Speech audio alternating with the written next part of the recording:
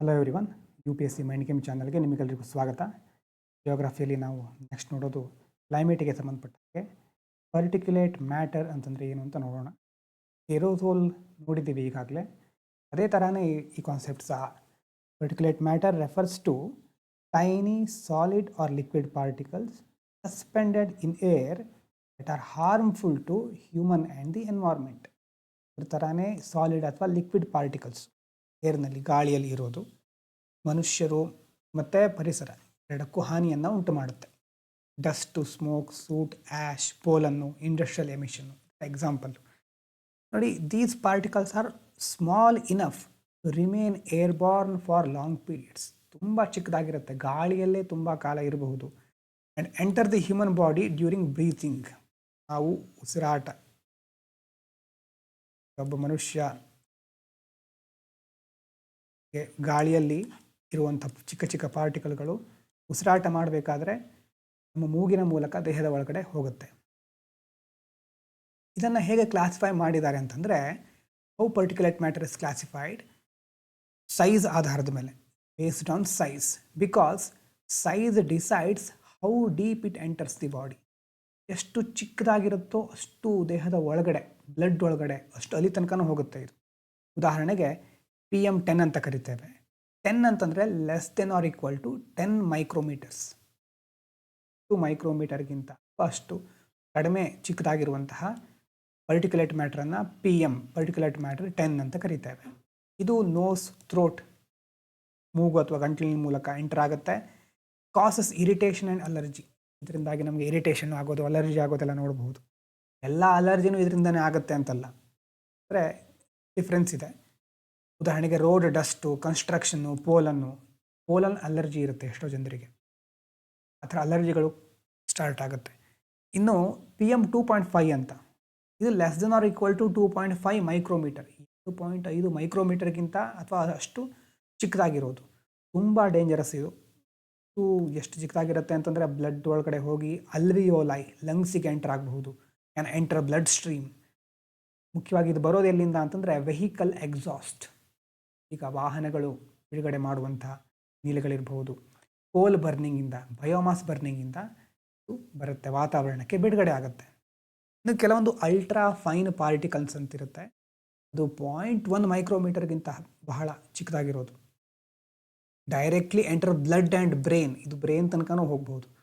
Linked with heart and neurological disorder. ಒಂದು ಹೃದಯಕ್ಕೆ ಸಂಬಂಧಪಟ್ಟಂಥ ಕಾಯಿಲೆ, ಇನ್ನೊಂದು ಬ್ರೈನಿಗೆ ಸಂಬಂಧಪಟ್ಟಿದ್ದು ನ್ಯೂರಲಾಜಿಕಲ್ ಡಿಸಾರ್ಡರ್ಗಳಿಗೆ ಇದು ಕಾರಣ ಆಗಿರುತ್ತೆ. ಹಾಗೆ ಇದರಿಂದ ಬರುವಂಥ ಡಿಸಾರ್ಡರ್ಗಳಿರ್ಬೋದು, ಬೇರೆ ಬೇರೆ ಪ್ರಾಬ್ಲಮ್ಗಳಿರ್ಬೋದು. ಇತ್ತೀಚಿನ ದಿನಗಳಲ್ಲಿ ಜಾಸ್ತಿ ಆಗ್ತಾ ಇದೆ. ಏರ್ ಕ್ವಾಲಿಟಿ ಇಂಡೆಕ್ಸ್ ಅಂತ ಬಿಡುಗಡೆ ಮಾಡ್ತಾರೆ. ಆ ಒಂದು ಪ್ರಮಾಣ ಯಾವ ಥರ ಇದೆ ಏರೋಸೋಲ್ದು, ಪರ್ಟಿಕ್ಯುಲೇಟ್ ಮ್ಯಾಟರ್ದು ಇದರಲ್ಲಿ ನೋಡ್ತಾರೆ. ಡಿಫ್ರೆನ್ಸ್ ಏನು ಏರೋಸೋಲ್ಗೂ ಮತ್ತು ಪರ್ಟಿಕ್ಯುಲೇಟ್ ಮ್ಯಾಟರ್ಗೂ ಅಂತ ನೋಡೋದಾದರೆ, aerosol all suspended particle in air. ಗಾಳಿಯಲ್ಲಿರುವಂತಹ ಎಲ್ಲ ಸಸ್ಪೆಂಡೆಡ್ ಅಂತಂದರೆ ಗಾಳಿಯಲ್ಲಿರೋದು ಎಲ್ಲ ಪಾರ್ಟಿಕಲ್ಗಳು. ಪರ್ಟಿಕ್ಯುಲೇಟ್ ಮ್ಯಾಟರ್ ಅಂತಂದರೆ ಹೆಲ್ತ್ ಫೋಕಸ್ಡ್ ಸಬ್ಸೆಟ್ ಆಫ್ ಏರೋಸೋಲ್ಸ್. ಗಾಳಿ ಇದೆ, ಗಾಳಿಯಲ್ಲಿ ಒಂದು ದೊಡ್ಡ ಪ್ರಮಾಣದಲ್ಲಿ ಏರೋಸೋಲ್ಗಳಿದೆ.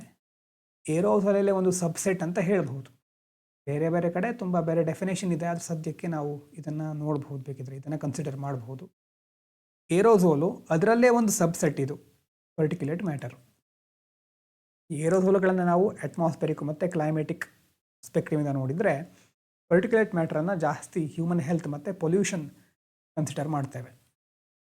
ಇನ್ನು ಏರೋಸೋಲ್ಗೆ ಸಂಬಂಧಪಟ್ಟ ಹಾಗೆ ಕ್ಲೌಡ್ ಫಾರ್ಮೇಷನ್ ಇರಬಹುದು, ರೇಡಿಯೇಷನ್ ಬ್ಯಾಲೆನ್ಸು, ಅದೆಲ್ಲ ನಿನ್ನೆ ನೋಡಿದ್ವಿ, ಹಿಂದಿನ ವೀಡಿಯೋದಲ್ಲಿ ನೋಡಿದ್ವಿ.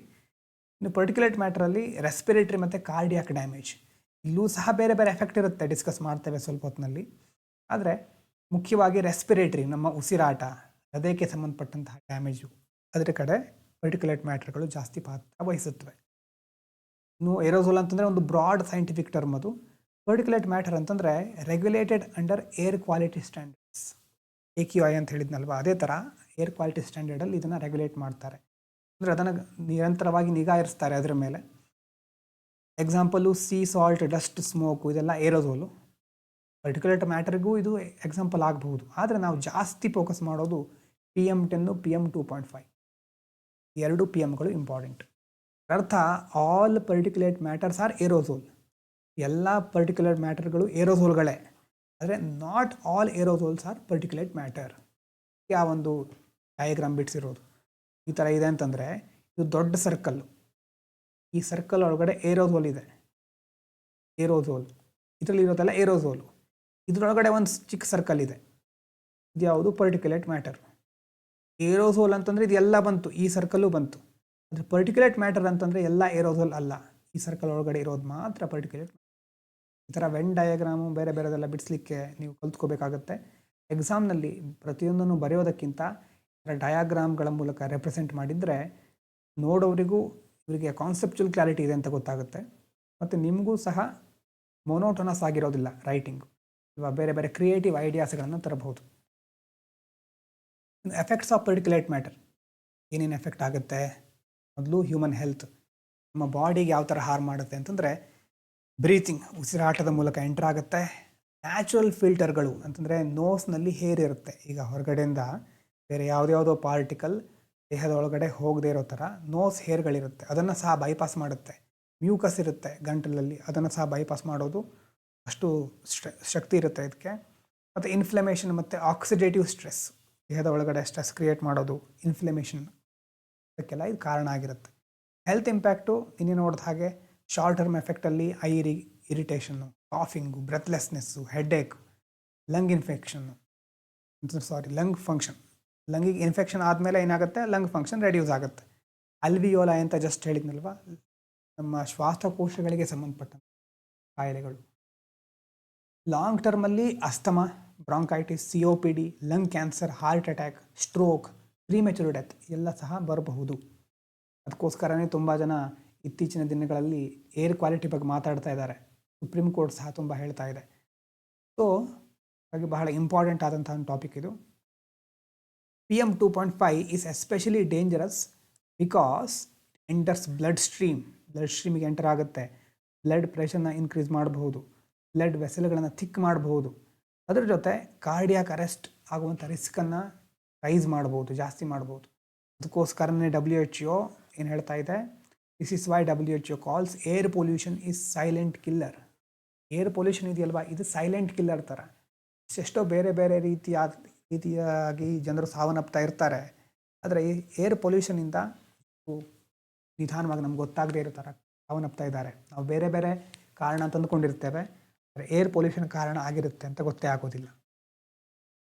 Effect on weather and climate, ನಿನ್ನೆ ನೋಡಿದ ಹಾಗೆ ಗ್ಲೋಬಲ್ ಡಿಮ್ಮಿಂಗ್ ನೆನಪಿದೆಯಾ? ಹಿಂದಿನ ವಿಡಿಯೋದಲ್ಲಿ ಸನ್ಲೈಟ್ ರೆಡ್ಯೂಸ್ ಆಗೋದು ಯಾಕೆ ಹೇಳಿ? ಏರೋಸೋಲ್ ಥರಾನೇ ಇವು ಸಹ ಸನ್ಲೈಟನ್ನು ಸ್ಕ್ಯಾಟರ್ ಮಾಡುತ್ತೆ, ಅಬ್ಸಾರ್ಬ್ ಮಾಡ್ಕೊಳ್ಳುತ್ತೆ.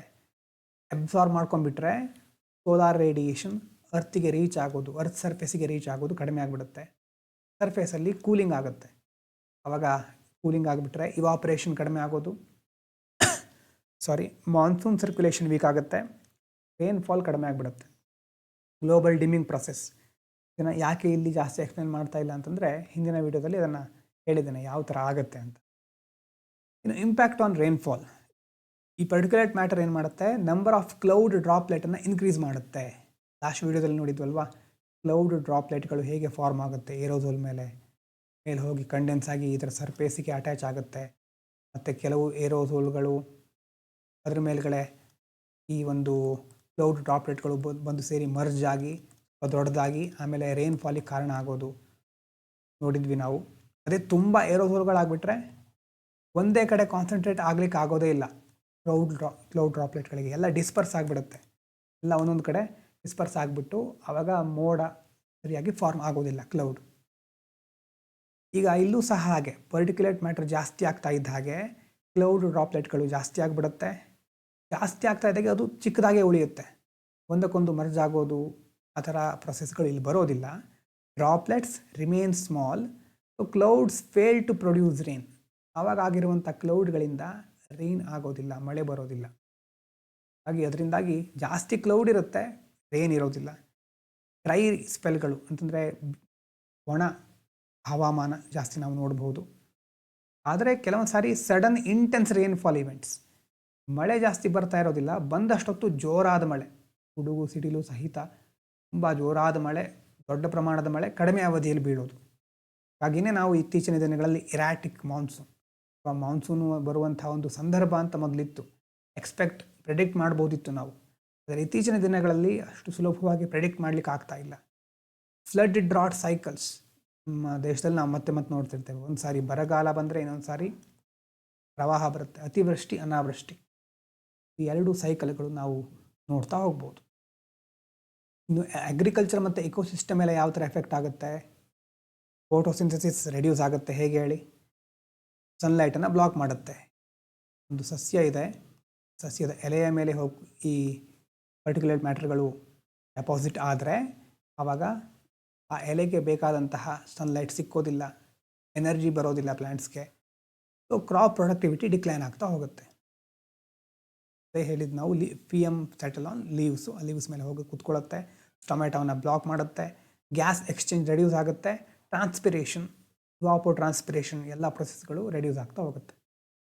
ಇನ್ನು PM containing sulphur and nitrogen compounds.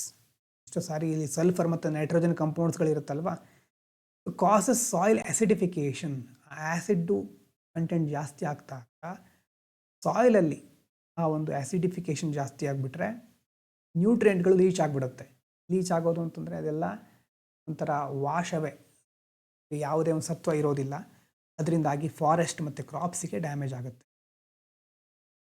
ಇನ್ನು ಅರ್ಬನ್ ಎನ್ವೈರ್ಮೆಂಟಲ್ ಎಫೆಕ್ಟ್ ನೋಡೋದಾದರೆ ಸ್ಮಾಗ್, ಪರ್ಟಿಕ್ಯುಲೇಟ್ ಮ್ಯಾಟರ್, ಸ್ಮೋಕು ಮತ್ತು ಫಾಗು ಎಲ್ಲ ಒಟ್ಟಾಗಿ ಸೇರಿ ಅದರ ಜೊತೆ ಪೊಲ್ಯೂಟೆಂಟ್ಗಳು ಸೇರಿಕೊಂಡ್ವು ಅಂತಂದರೆ ತುಂಬ ಪ್ರಮಾಣದಲ್ಲಿ ಆಗ್ತಾ ಹೋಗುತ್ತೆ. Especially in winter due to temperature inversion.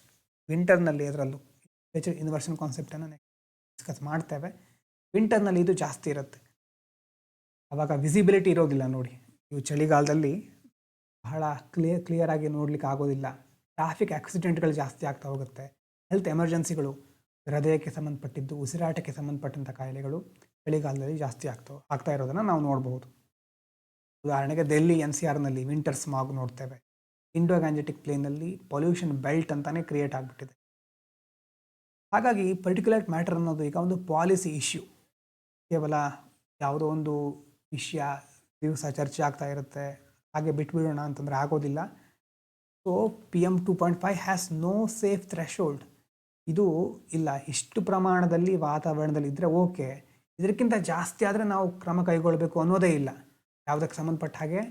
PM 2.5 ಸಂಬಂಧಪಟ್ಟ ಹಾಗೆ. ಯಾವುದೇ ಪ್ರಮಾಣದಲ್ಲಿ ದೇಹಕ್ಕೆ ಸೇರಿಕೊಂಡ್ರೂ ಬಹಳ ದೇಹಕ್ಕೆ ಅದು ಒಳ್ಳೆಯದಲ್ಲ, ಕೆಟ್ಟದ್ದು ತುಂಬ. Affects ಪೂವರೆಸ್ಟ್ and children the most.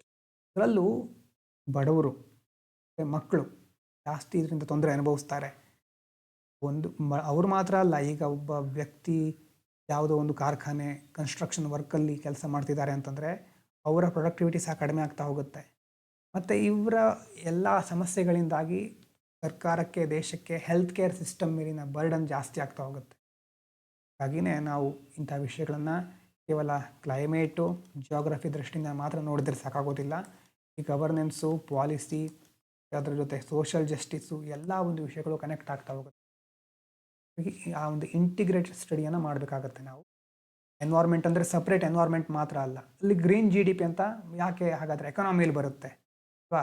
ಎಕನಾಮಿಯಲ್ಲಿ green GDP ಅಂತ ಬಂದಿದೆ ಅಂತಂದರೆ ನಾವು ಯಾವುದೇ ಒಂದು ಸಬ್ಜೆಕ್ಟನ್ನು, ಅದರಲ್ಲೂ UPSCಯಲ್ಲಿ ಸಪ್ರೇಟಾಗಿ ಐಸೋಲೇಟಾಗಿ ನೋಡಬಾರ್ದು, ಅದನ್ನು ಎಲ್ಲವನ್ನು ಇಂಟಿಗ್ರೇಟ್ ಮಾಡಿ ನೋಡ್ತಾ ಹೋಗಬೇಕಾಗುತ್ತೆ. ಹಾಗೆಯೇ ನ್ಯಾಷನಲ್ ಏರ್ ಕ್ವಾಲಿಟಿ ಇಂಡೆಕ್ಸ್ ಈಗ ಸದ್ಯಕ್ಕೆ PM 2.5 ಮತ್ತು PM 10 ಮೇಲೆ ಫೋಕಸ್ ಮಾಡ್ತಾ ಇದೆ. ಮತ್ತು clean air action plans target PM reduction. ಹಲವಾರು ಕಡೆ ಈ ಆ್ಯಕ್ಷನ್ ಪ್ಲ್ಯಾನನ್ನು ಕೈಗೊಂಡು ಈ ಪರ್ಟಿಕ್ಯುಲರ್ ಮ್ಯಾಟರನ್ನು ಕಡಿಮೆ ಮಾಡಲಿಕ್ಕೆ ಟ್ರೈ ಮಾಡ್ತಾ ಇದ್ದಾರೆ. ಮುಂದಿನ ವಿಷಯವನ್ನು ನೆಕ್ಸ್ಟ್ ವಿಡಿಯೋದಲ್ಲಿ ಕಂಟಿನ್ಯೂ ಮಾಡೋಣ. Thank you so much. Stay healthy, stay fantastic.